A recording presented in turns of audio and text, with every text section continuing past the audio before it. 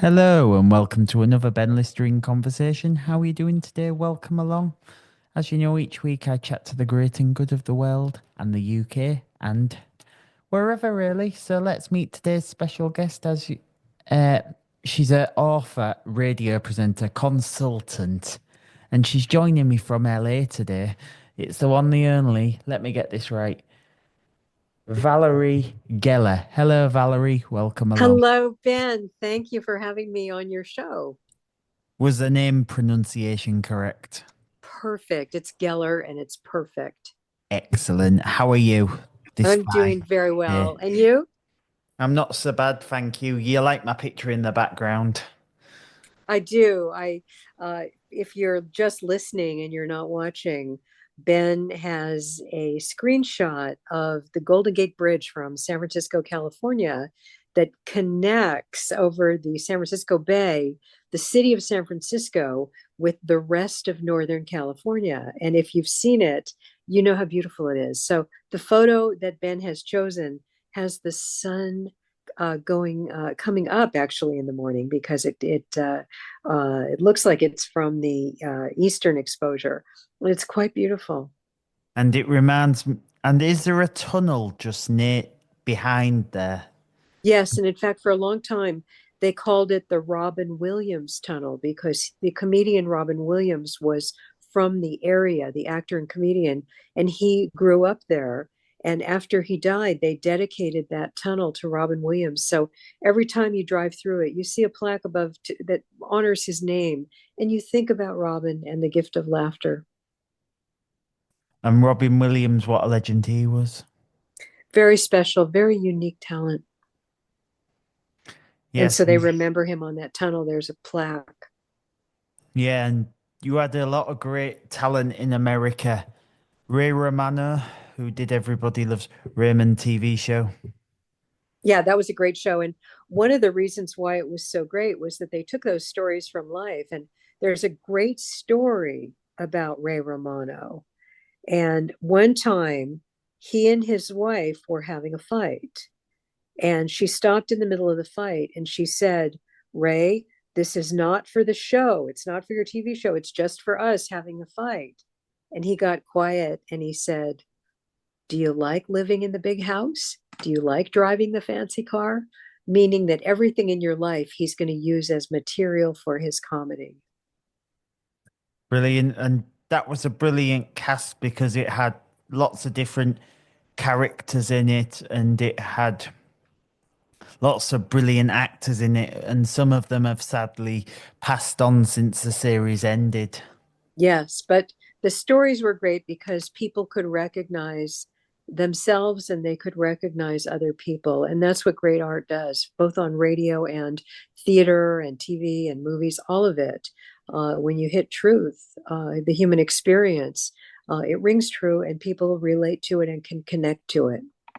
Yeah, and it's brilliant. And let's go back to the very beginning, shall we? And where did your journey in radio begin?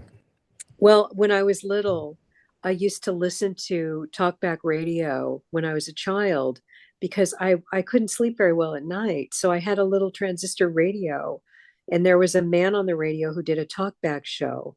And so I used to call his show. I used to wake up and, my parents would be asleep, and I would walk down the hallway and get on the phone and call his program. And I became a child caller on that program and fell in love with radio.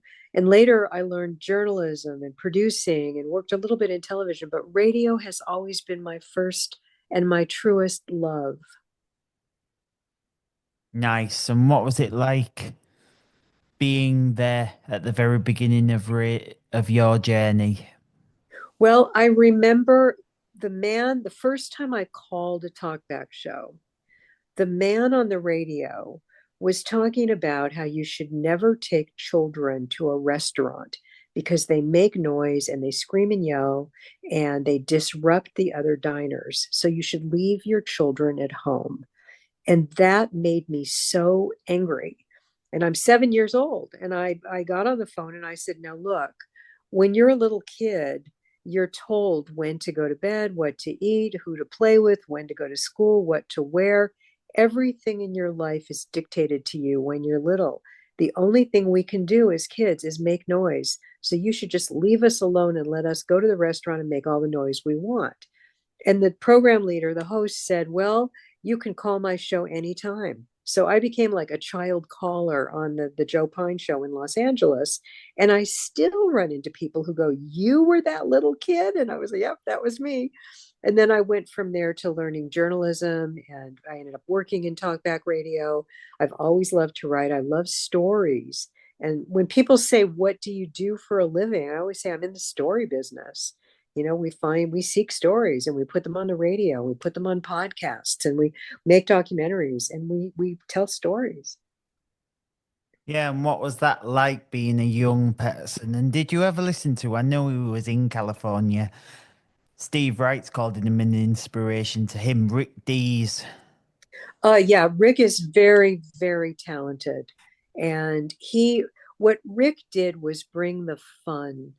I think that a lot of I work a lot in talkback and news, and people like Rick just had a fun time, listening to their programs and hearing the music and the parody songs and the jokes and all the different voices.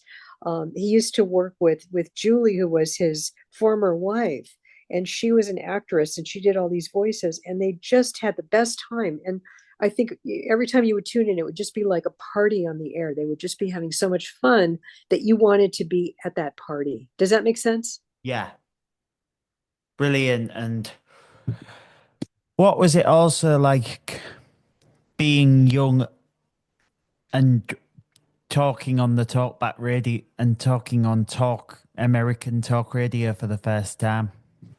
Well, there was a part of me that just felt like it felt so good. Being on the radio just felt like putting on glasses or putting on shoes that were the right size. It was like, I was this weird kid. I read a lot. I was really interested in conversation. I loved ideas.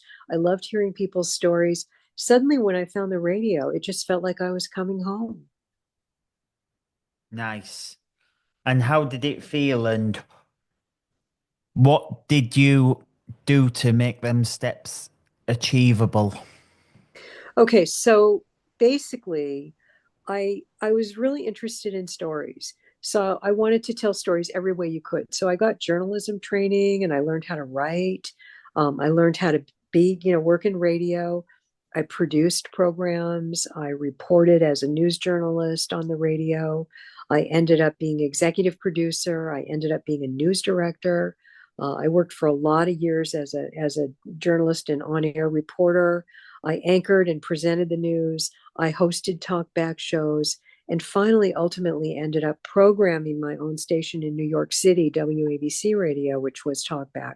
And then after that job, I then wanted to train and teach other people, because there's a paradigm: learn, do, teach. Every successful person, you learn something, you do it, and then you teach it to other people. And then you learn something else to stay alive and keep growing.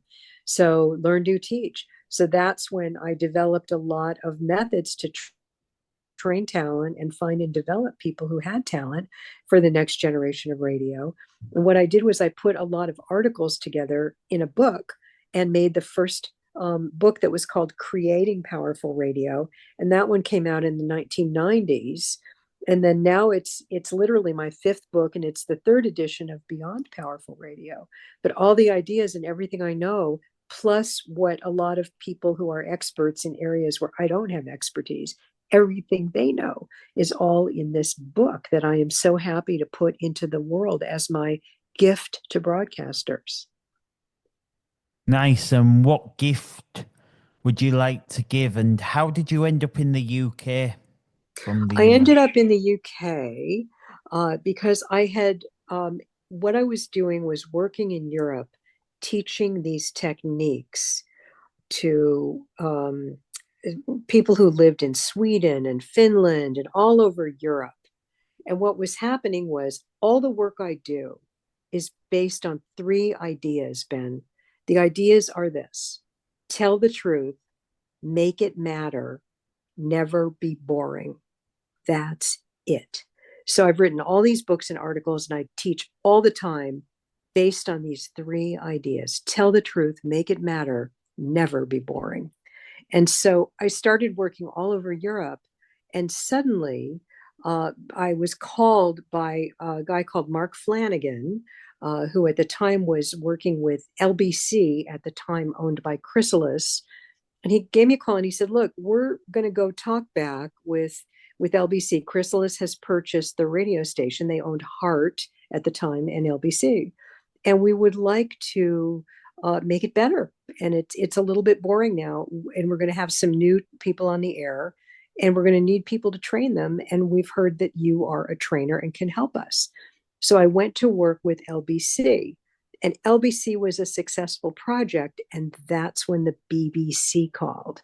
And it was funny because when I got the call from the BBC, they said, "We'd like to hire that Yank, that fellow who's been working over at LBC." And I said, "Yeah, that fellow would be me." And so I ended up coming to England and working all over the country, all over the UK and Wales and Scotland and really just all over the UK. And it was a fantastic, Shropshire, Nottingham, I mean, just everywhere. I had a fantastic opportunity to see your country and, work in Yorkshire and all over. And I loved it, and teach these ideas, which is make everything about the listener. Turn it like a ship. Instead of from what we have to give, make it to what the listener gets. So, for example, if you're hearing a disc jockey on the air say, "We have 5 sets of tickets to give away," it works better if you turn it around and say, "You have 5 chances to win." You turn it around and make it what listeners get rather than what we have to give, and talk to one person at a time, and speak visually rather than just tell people. You want to show them and paint pictures. So teaching some of these techniques was just a pleasure, and getting to work with some of the smartest, most talented broadcasters in the world. It was just great. Yeah, and who did you work with at LBC when you started at LBC? Who was the presenter you helped? Probably the one that really broke through was James O'Brien. I trained James very, very early in his career. He had come from print journalism and was doing a little bit on the radio. And I gave him the techniques, and he now has millions and millions of listeners and is a successful author and a thought leader using his talk radio show. I think he did do a bit on the Matthew Wright show a little bit as well. I don't know that, but it wouldn't surprise me. Brilliant. And who else did you work with at LBC? Well, I worked with all of them. I mean, I worked with Sandy Toxvig when she was doing some talk back there. I worked with one of the psychologists, Pam, that was on the air. I worked a little bit with Nick Ferrari, but Nick was pretty self-contained. He really didn't need too much. You don't want to mess too much with that talent. He came to us self-contained. He's pretty finished product. But I got to work with a lot of the producers, some of whom went on to do many, many, many exciting things like run whole networks. So, yeah, it was a lot of fun and a really wonderful experience and very creative place. And the fun thing was, the people that would come into the station. So one day it would be Elton John walking in, or the next day it would, just be, incredible, talented human beings that you get to meet and say hello to. And who was the biggest name you met? I don't even know who the biggest name is. It's always hard for me to remember like who's the biggest name, but I remember meeting George Martin, who produced the Beatles, and I remember just shaking his hand and being very, very, very, very thrilled. Yeah, it's brilliant. And what was it also like? And how long were you at LBC? What was your greatest achievement and why did you leave? And what was your greatest achievement from your time in America when you first, before you moved over? What was your greatest Okay. achievement and your biggest regret? Um, these are really, really, really good questions. And I think I'm going to answer the last one first. My biggest regret are jobs I wasn't able to take on. So there have been a couple of times when I had a schedule conflict, or times when I was unable to take on a project, and somebody else stepped in and worked on that project. And it broke my heart because if it didn't work, I felt that I could have fixed it and I could have helped them be a success. And so there are a couple of real regrets I have about projects I did not take on And because I could not work with them, I watched them. It was kind of like, the image of watching a big lorry truck drive into a wall. That's what it was like. It was like watching them make mistakes. And I know if I would have been there, I could have helped them avoid those mistakes. So those are some of the biggest regrets. I don't want to give you specifics, but that's the big regret I have is projects I was unable to take on and help those projects become successful. Um, Things like LBC, I had contracts. And so after a year or two, the contract was up and you move on.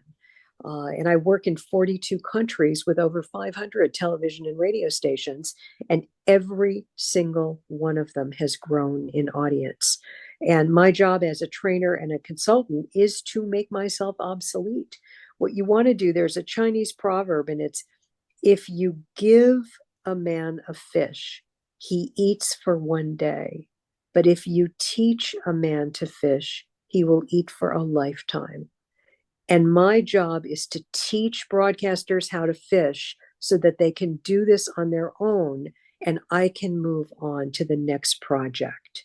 And that's how I like to work.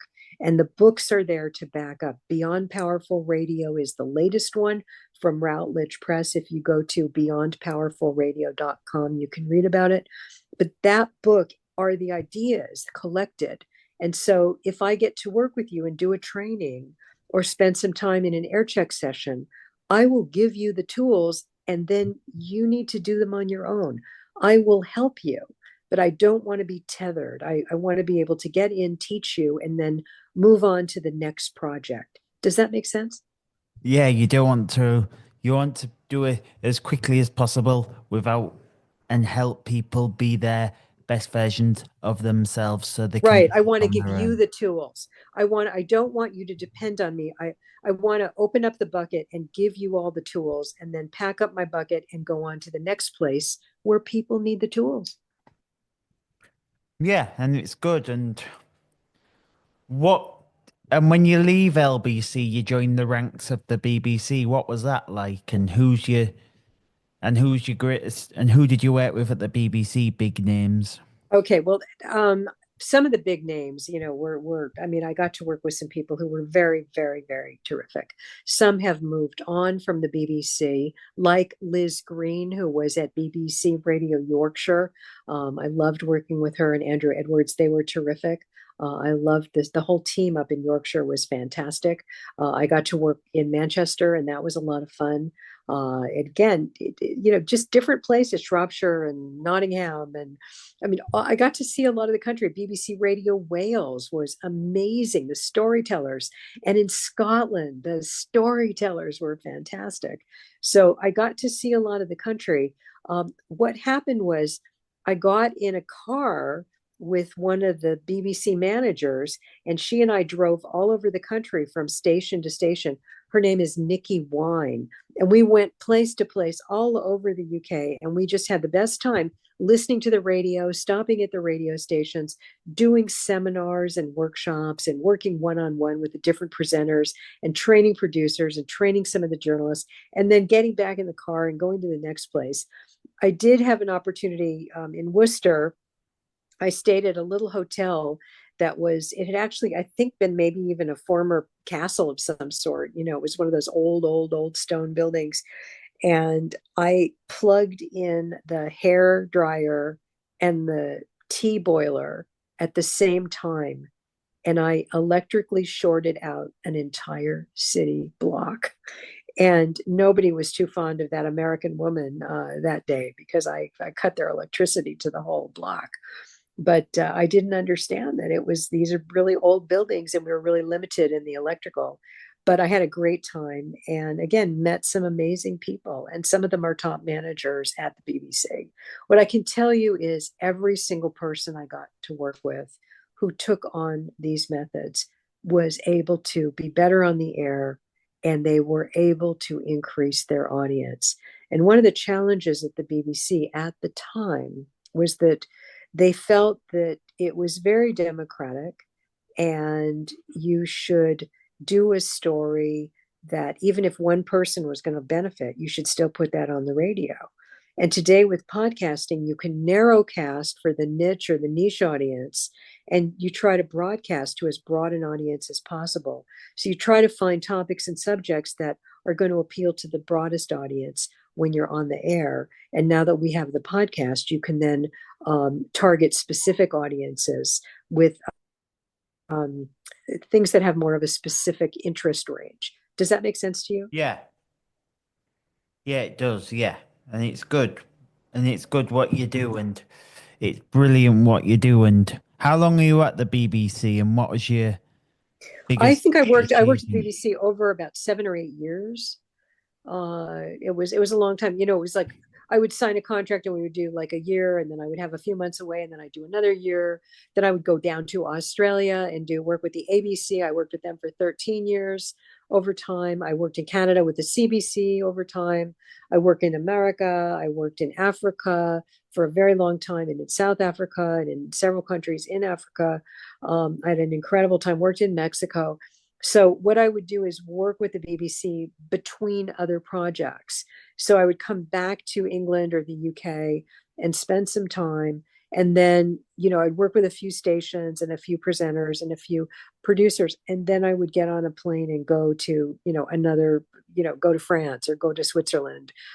So whether it was World Radio Geneva or training broadcasters at the United Nations or going to Mexico or working in America at an American Indian, our Aboriginal people, they were trying to keep a language alive. So I went out to an Indian reservation where the elder people spoke this language, and we produced programming so that their language could stay alive. So it's this eclectic mix of people that I work with, and it's always stories, and it's always working with personalities. And I have a model that I work with that works around the world. It goes like this: focus, what is your topic that you want to talk about? And there are four things that people are always interested in. The first one is health and safety. The second one is emotion, and that's where the music comes in. It touches people's emotion and makes them feel. So you have, health and heart. The next one is money, and the politics and power go into that as well. But, saving money, abuse around money, all of it. And then the last one is connection. Do you feel connected? If you feel alone and you push the button, do you feel less alone when you're listening to radio or you're listening to a podcast, any kind of audio media? And I think there's something so special about audio that, I mean, pictures are great, but with audio, there's an intimacy and you have the pictures in your mind. So it's really, really, really an amazing medium. And if you do focus, engage, opinion, position, storytelling. So focus are those topics: health, heart, money and power, and connectedness. And then the next one is engage. What's in it for the audience? What's in it for a listener? And if every presenter on the air, before you push the button to go on the radio, if you could imagine someone is saying to you, Ben, why should I listen to this? Or here's why you need to listen to this, then whatever you say next should be the thing you open with. So you're really engaging that listener. So it's focus, engage. Then comes opinion, position, what you think about it. And you don't always have to give your opinion on the radio or on the podcast, but if you haven't thought about something enough to have formed an opinion or a position, what that tells me is you don't really care about it. And if you don't care about it, how are you going to make the listeners care? It has to be real, authentic. Being an actor or faking it never works as well. And you can always tell when people are faking. So focus, engage, opinion, position, and then the big one, storytelling. What happened? How did it happen? Why did it happen? If something bad happened, could it have been prevented? Can it be fixed if something bad happened? Why is it interesting? Are there characters you're telling us about that we can care about?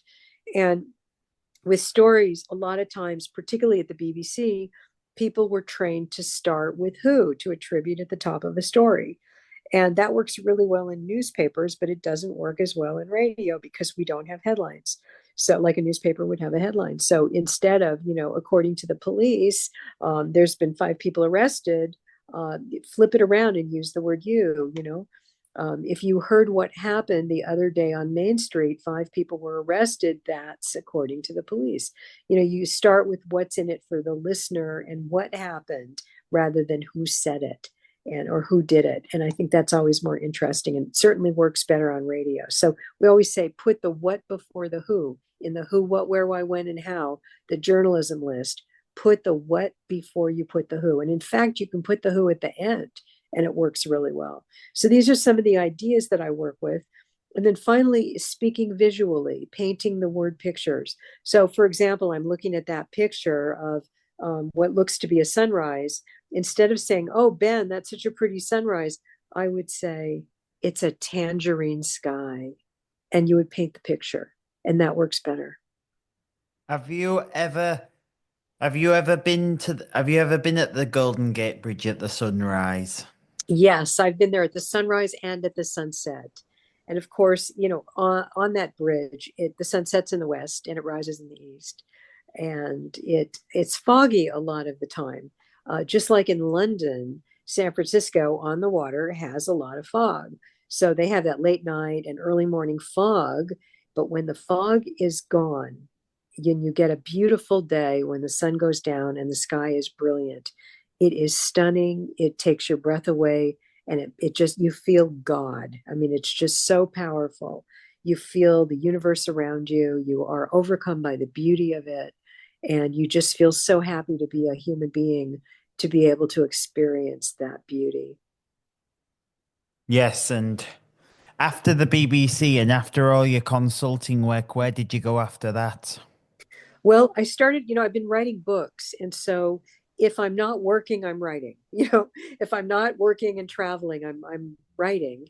And so for the past 6 years, I have been working on an update to Beyond Powerful Radio, writing about how to use social media, writing about podcasting, writing about artificial intelligence, writing about working across multiple platforms, and finally deepening and developing storytelling techniques that are very teachable to help anybody become a better and more powerful storyteller so that you can get and keep and engage your audience.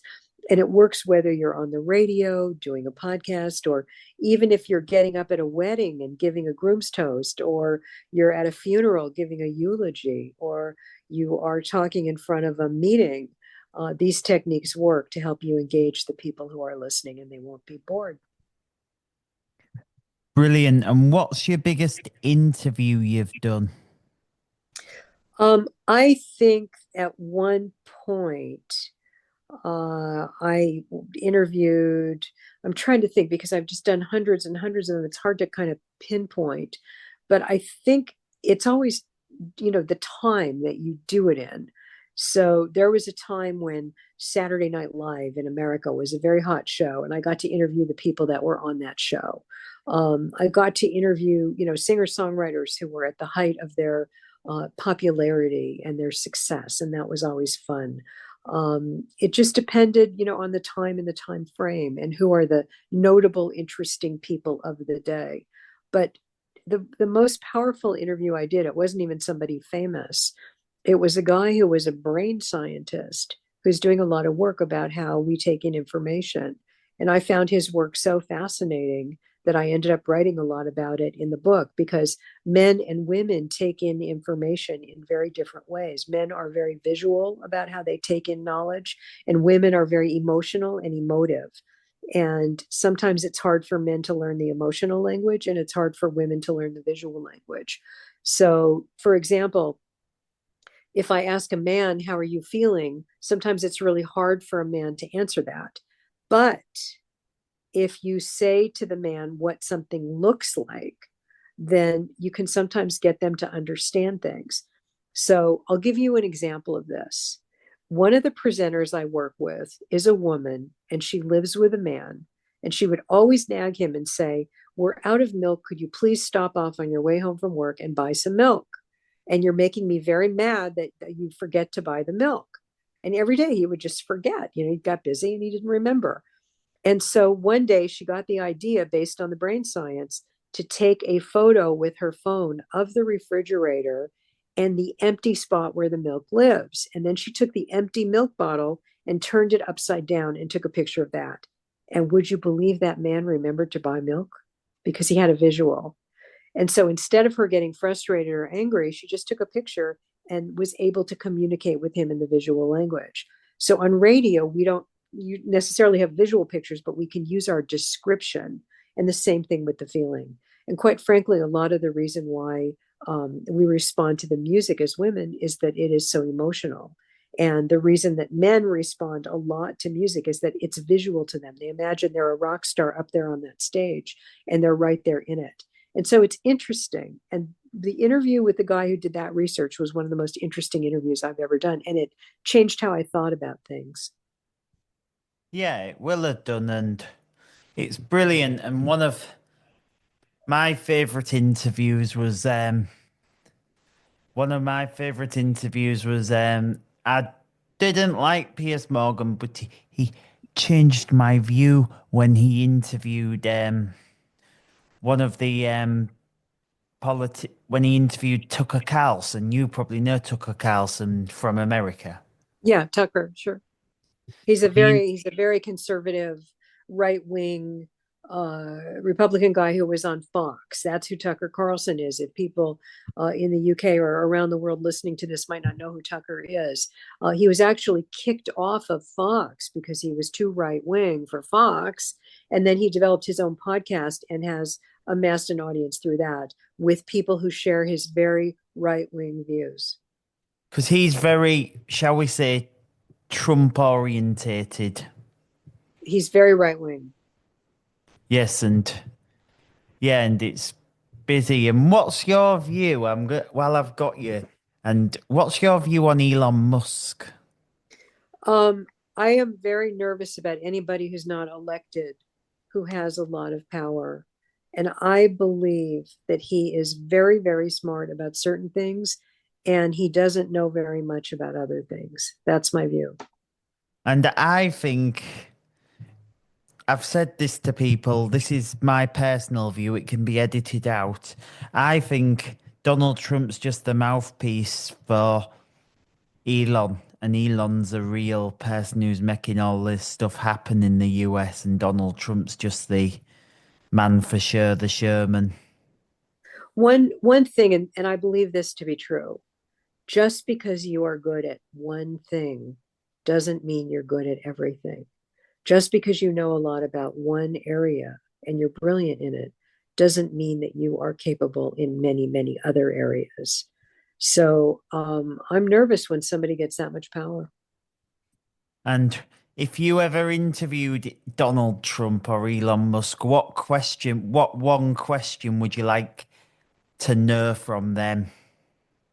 That's a good question. And I would probably ask questions about empathy because my worldview is about kindness, caring for people. And I believe a great society isn't just for people who have a lot of money and power. A great society is measured by how you treat people who have very little money and power.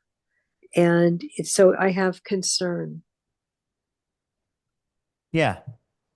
And what is your biggest concern for the country of America in general? I absolutely believe in democracy. I believe that all human beings are created equal.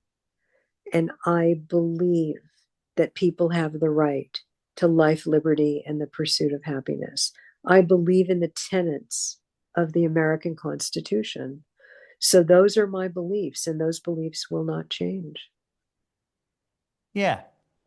And what would your one question also be if you ever interviewed someone like Sylvester Stallone or someone like Well, here's the thing with Sylvester Stallone. He has a new series called Tulsa. Have you seen it?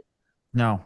It's a brand new television. It's on one of the, it might be on HBO Max, and it's the story of a gangster who gets out of jail, and he's a New York gangster, and they send him to the middle of America to a city called Tulsa, which is one of our oil towns. And it's like Texas and Oklahoma are the oil towns and oil states. And they send him to Tulsa, and he's like a fish out of the water when he first gets there. But pretty soon, just by the sheer power of his personality, he ends up in Tulsa. He gets with this vaping marijuana selling place, and he ends up having an interest in that business and all the characters that run that. And then he meets people and he starts dating different women, and suddenly he creates this life. And of course he opens up his own mafia business in Tulsa, and it's called the Tulsa King. And if you haven't seen it, I actually think it's a lot of fun. And the fact that Sylvester Stallone is in his late 70s, he might even be 80, is doing this work now and showing that you can be at any age in your life and be doing your acting. And he started out as a porn star. I just found that out, that the way that he made the money to fund Rocky, because he had to put his own money into it, because he was unknown and he was an independent filmmaker. And he was a pornography star, and he made money, and he put that money into Rocky and then became a legitimate film star. So one of the lessons there is, here is a man who did what he had to do to follow his art and to follow his dream, and he made his dream come true, and he became a huge global star. So is he the most talented actor in the world? I don't know. But is he in his later years and having fun and creating content for cable and having a great time and telling stories? So you've got to hand it to that man. Yeah, he's brilliant and he's good at what he does. And one of my favorite American people is also, I don't know if you've ever met him, Matt LeBlanc. I don't know him. I did see him in a theater piece. He was we went to a play, and it was a small theater, a 99 seat theater in America. And on Broadway they have these off Broadway theaters, and they only have 99 seats because of the union. If it goes over 100, then you have to start having a lot of union people, and it's very expensive. But you could showcase the theater piece, and he was in one of those, and he was fantastic. I sort of only known him from Friends, and I thought he was sort of a goofy actor, but he was quite serious in this, and he was quite good. So whenever an actor shows range, it's always exciting. Yeah, and it's brilliant. And Friends was a smash hit. And I know that Matthew Perry as well Yeah, was that was also. very sad that Did you ever get the pleasure? no, I never met him, but I really thought he was a good actor, and I was very sad because the problem of addiction doesn't have any boundaries. You know, 10% of the human race are addicts, and that's just how humans are built. And so if you are having the DNA of addiction, you have to be very careful, and it's a very different kind of life. And it's a very, very hard cross to bear. And he actually admitted this in an interview, Matthew Perry, that he couldn't remember because of the addiction he had filming some series of Friends. It's a very, they say 1 out of 10 human beings is an addict to something, and it is something that's in your physiological makeup. It's in your brain, and it's one of those things where 90% of the world can drink and take medications and do whatever they need to do, and they're not going to become addicted to it. But 10% seriously become addicted, and for that poor man, it killed him. Yeah, it was quite saddened, the circumstances, and also the actor as well who passed a few weeks ago, Gene Hackman. Well, Gene Hackman was in his 90s, and he had Alzheimer's.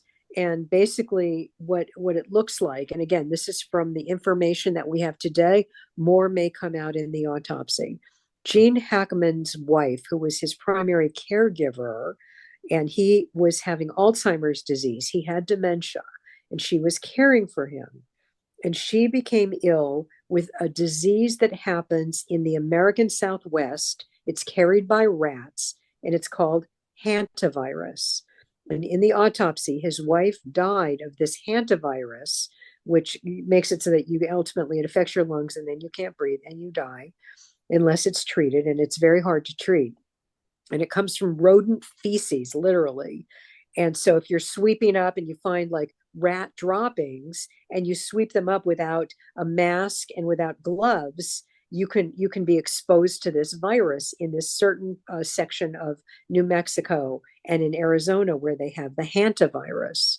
And she got the hantavirus and she died. And suddenly, here you had this 90-year-old guy, Gene Hackman, who had Alzheimer's and nobody to care for him or feed him, and his heart stopped. And that's what happened. Now, that's what we know today. Could change. There could be more information that comes out, but that's what they're saying as of right now with the actor Gene Hackman and the loss of that man. It was sad, and there's been a lot of passings over the years, and it's quite sad. And one of the, it's quite sad, and a lot of people, a lot of actors have passed, and yeah, and one of my favorite franchises is, I'll admit this now, Fast and Furious, which is set in LA, America. Well, that one was he was driving a race car down city streets and got into a crash. Is that the guy you're talking about? Yeah, Paul Walker. Yeah, And he was driving a Porsche residential streets at 90 miles an hour in front of people's houses and schools, trying to see how fast the car would go, and got into an accident and killed and got killed. But yeah, that was bad judgment. That was Ben. That was not, it was tragic, but it was just stupid. yeah. And I'm surprised, to be honest. I was a massive fan of Paul Walker, and it was quite upsetting. But I was He had surprised. bad judgment. That was really poor judgment on his part. I'm surprised the production company Universal didn't stop him. Well, what do? You have an actor who just wants to see how fast the car can go, and he gets in the car, and he's an adult. He doesn't have a babysitter. He made the choice, and look, fast cars are very sexy. And if you go to Italy and you drive a Ferrari on the track and you drive it as fast as it can go, or you get on the Autobahn and you open up that car and you go as fast as you can, there is no question that it is a thrill. Driving fast is one of the thrills, but you have to do it safely. Yeah. And The place to do it is on a track, not the city streets of Los Angeles, where there are schools and houses and children. And, you can't go 90 miles an hour when the speed limit is 30. yeah, yeah, yeah. Yeah, you have to stick to the rules. And in your life, what's been your greatest achievement in your career, and who would you like to interview that you haven't interviewed yet? That's a really great question. And, the people that I like to sit down with are thought leaders. There's a guy called Simon Sinek, who I think is a brilliant thought leader. I'd love to sit down and talk with him. There are some actors that I find to be just fascinating and that have moved me with their work, that it would be wonderful to have the opportunity to talk to them. And then there are some celebrities, Ben, and I don't know if you have had this experience, but and I will not name names. Like, I feel like you would like me to name the names of these celebrities, but I'm not going to. But I'll tell you the story behind it. That sometimes it's better not to meet your heroes because sometimes they're not very nice people. So people whose work you love and whose teachings you love and whose writings that you love, sometimes they're just not that nice. And so there have been times when I've met some of my heroes and big stars, and I've been deeply, deeply disappointed. And they haven't been very nice people. Have you ever met I know they live in LA, the Kardashians? Yes, actually, Bob Kardashian, their father, I worked with him at Radio and Records. He used to own one of the trade magazines that covered the music and the radio business in the United States, along with a guy called Bob Wilson. And Bob Kardashian, he was an attorney who had a lot of money, and he put his money into that trade publication. And I worked for Bob Kardashian. So I met Chris, and I mean, I remember the Kardashian girls when they were little, and they were darling, Kim Card. They were darling children, and I knew them when they were quite young. And I think they've all turned into interesting people. They've found opportunity.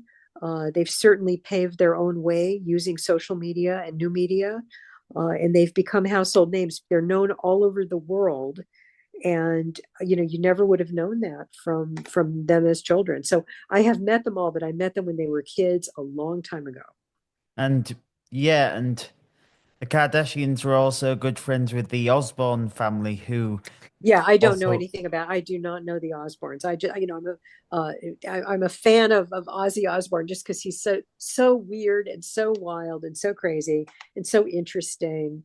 And I just think they're fun to watch. But I do not know the Osbournes. he was. There was an interview where him and Sharon were meant to do their first interview with Piers Morgan after Ozzy's, illness.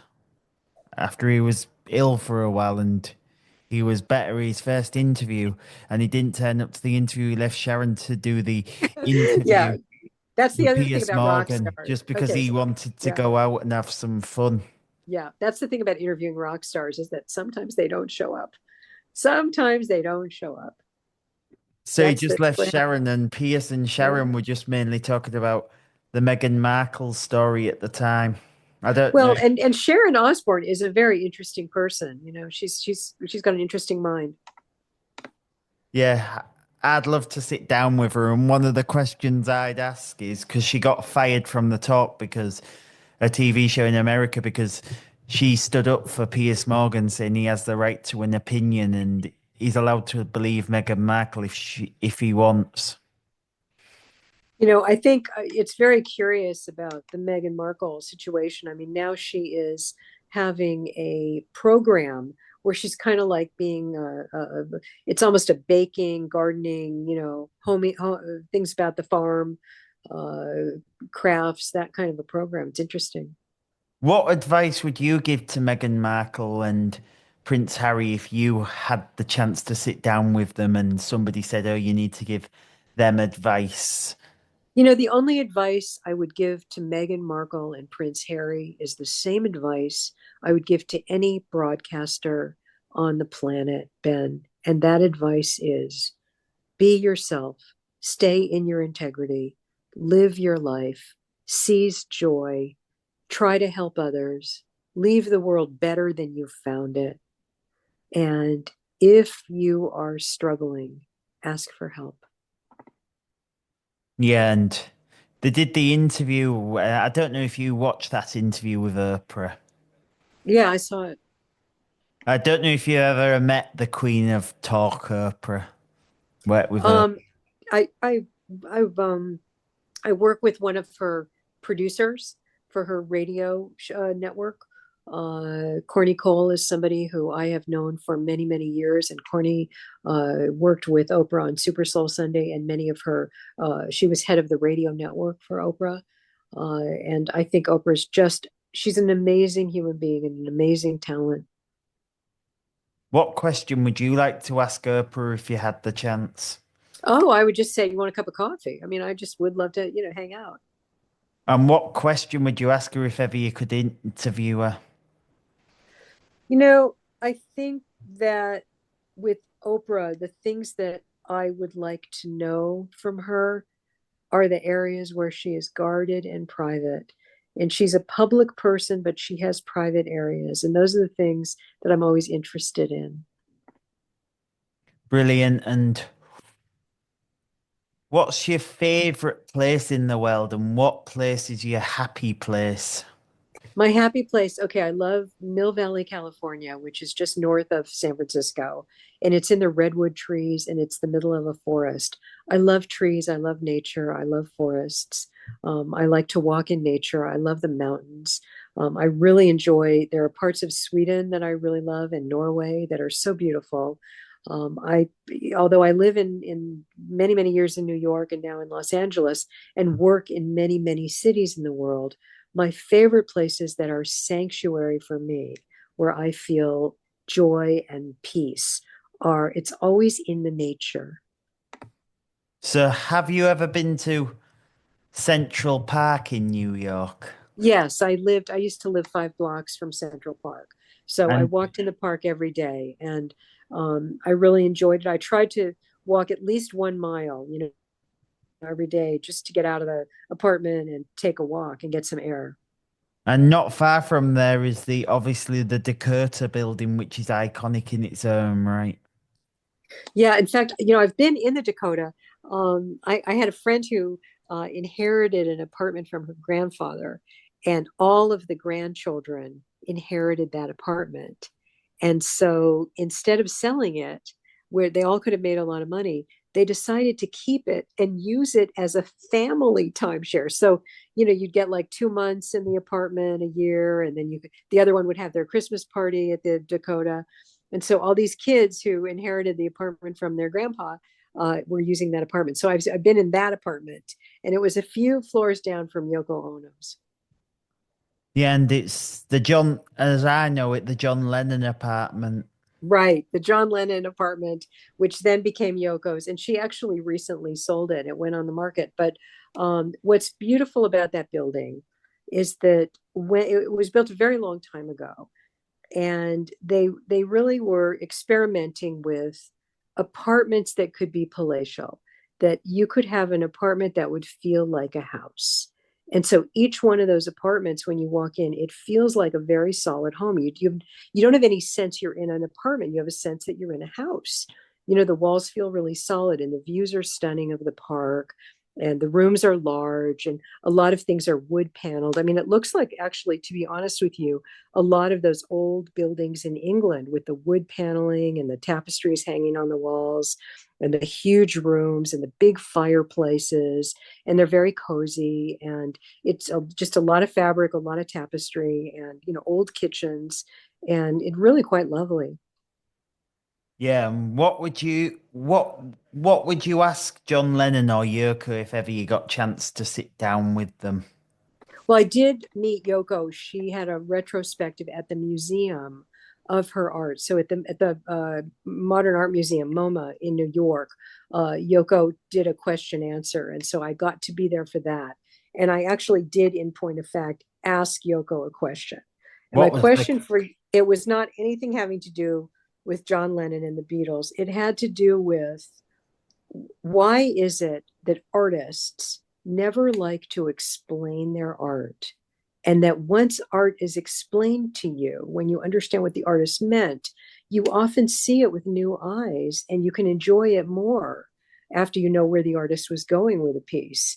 And I mean, it's true for music, but it's really true for all of art. And a lot of artists feel like you should just look at the art or take the art in, and you should feel whatever feelings you have about it.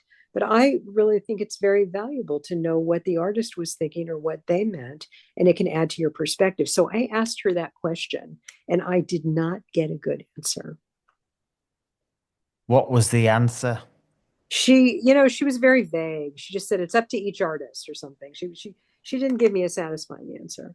And I don't think Yoko likes to explain her own art. I think she likes for people to experience the music or the art and take from it what you will, as opposed to giving you some clues as to what her ideas were when she created the art. And what was the abstract she created? Well, it was a retrospective, so it was all of the things she had done since the 1960s, and some of it was film, some of it was music, some of it was painting, some of it was installation, some of it was collage. It was a retrospective of her body of work that she had done over the decades. Yeah. And what's the best? I know. What's your favorite gallery you've been in? I think because I always look for sanctuary wherever I am in the middle of big cities. For me, the Metropolitan Museum of Art in New York is one of my favorite places to go. And the reason I like it is because it has so many different sections. So they have sections that are old masters, and they have sections from art around the world, and they have an Egyptian section, and you can go see the art that was inside pyramids. And it's just like different worlds. It's like walking into different universes from room to room to room. And the detail and what it shows me in that museum and in every museum I have ever been into is that wherever they are, whoever they are, whenever they lived, human beings are creative. We must create to be happy, all human beings. Every human being has art inside them in some way. They may not all be great artists, but when you can express yourself in an artistic way, you have a better life. And that's what I remember every time I walk into that museum. Yes, and when was the last time you were in New York? And Last y- week, I was there for a conference, March 8th and 9th, and I did about an hour in the museum. I didn't have a nice. lot of time. I spoke at the Intercollegiate Broadcasting System, and we talked about powerful radio, how to create powerful radio, and how to create powerful podcasts. And we went over that: focus, engage, opinion, position, storytelling, tell the truth, make it matter, never be boring. And then I took questions from the audience. Yeah, and what would you and did you have you ever walked along the Hudson River?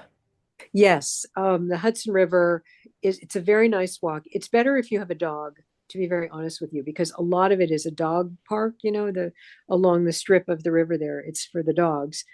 So I think you have a better time when you have a dog. And I didn't have a dog, but I really enjoy the walk along the river. It's very nice. And if you go to Lower Manhattan, there are piers and shopping malls and restaurants, and in the upper side, it's just a great bigger. And near Riverside Park, it's a big dog park. So you meet people and their dogs, and you see all kinds of dogs. And so that's fun if you're a dog fan. Nice, and it's brilliant. And what's would you like? Who inspired you on your journey? I've been so inspired by people who are hungry to be successful, who never ever give up and who keep trying. And there's a success paradigm for any business, which is product permanence promotion. You do something really well, you do it consistently over time, and you don't give up. One of the things I like about you, Ben Lister, is that you don't give up. We tried to do this conversation for a year almost, and it would just, for one reason or another, it just wasn't happening. And you kept coming back and saying, well, what about this time? What about that time? And you made it happen. And I'm so impressed with your persistence, and I think that's one of your traits that's going to help you be successful in life, is that you don't give up. It's a wonderful thing.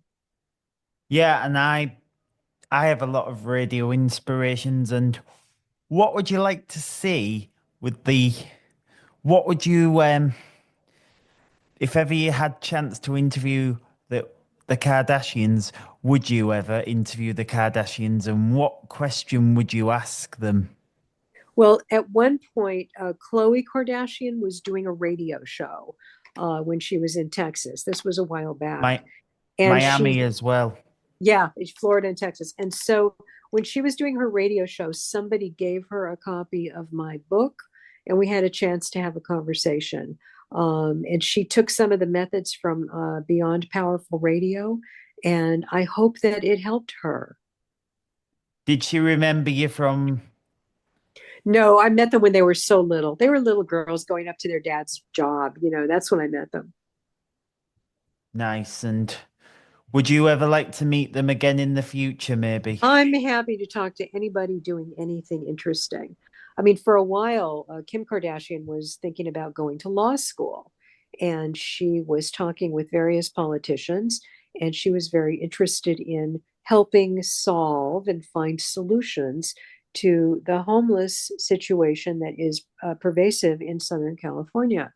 And when she was doing that, I was really impressed with what she was doing. And I'd love to see her do more of that, use her celebrity to try to do some good things in the world. And there was a rumor circulating at the time that her ex-husband, Kanye West, was going to go for president at one point. I have nothing to say about that.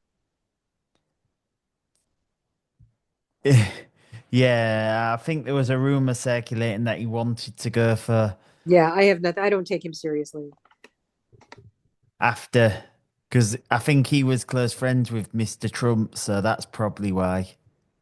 And I think he did an interview with Piers Morgan, and I'll be honest with you, I found him a bit evasive and rude, to be honest with you. I don't have much time for him. Fair enough. Fair enough. I'm not a massive fan of him because Piers Morgan was trying to, Piers, obviously. He was just trying to get to the point and he just kept evading all the questions that the people wanted to know, if you know what I mean. Anyway, sorry, I'm going on, sorry. What, what is your favorite part about being on the radio? And is there any thank yous you'd like to give? Well, I'd like to thank every single person who has trusted me to try the methods that work to help them get, keep, and grow audiences. I am deeply humbled and very grateful. And I've worked with hundreds and hundreds of people throughout the world.